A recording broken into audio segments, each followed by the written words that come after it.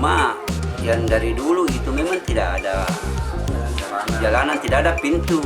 Iya. Ya, nanti pemilik yang di situ dia mau bangun rumahnya, dia mau renovasi rumahnya, dia minta izin sama adik ipar saya. Dalam hal ini biar adik ipar saya kan saya jadi penyesuaian karena saya yang dia minta izin bahwa dia minta dibobol itu untuk memasukkan bahan material bangunannya.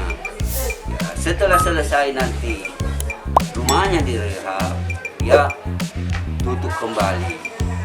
Ya, tapi sampai masalah timbul ini tidak ada kegiatan penutupan. Ya, nah dia sudah ini kan, walaupun tidak tertulis secara ini kan. Ya. Jadi begini, bukan pembongkaran.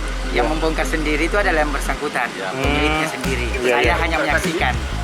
Karena dari semalam Ketua Partai PAN Kota Makassar sudah komunikasi dengan saya bahwa kita akan selesaikan secara kekeluargaan, dan saya hanya dengan Pak Kapolsek cuma datang menyaksikan pihak keluarga beliau membongkar. Jadi ini rumah tangga memang tidak ada yang ditutup ini? Tidak ada, sudah selesai semua. Dan ini kan cuma beliau menyadari kesalahpahaman, makanya dari semalam beliau sudah membuka komunikasi.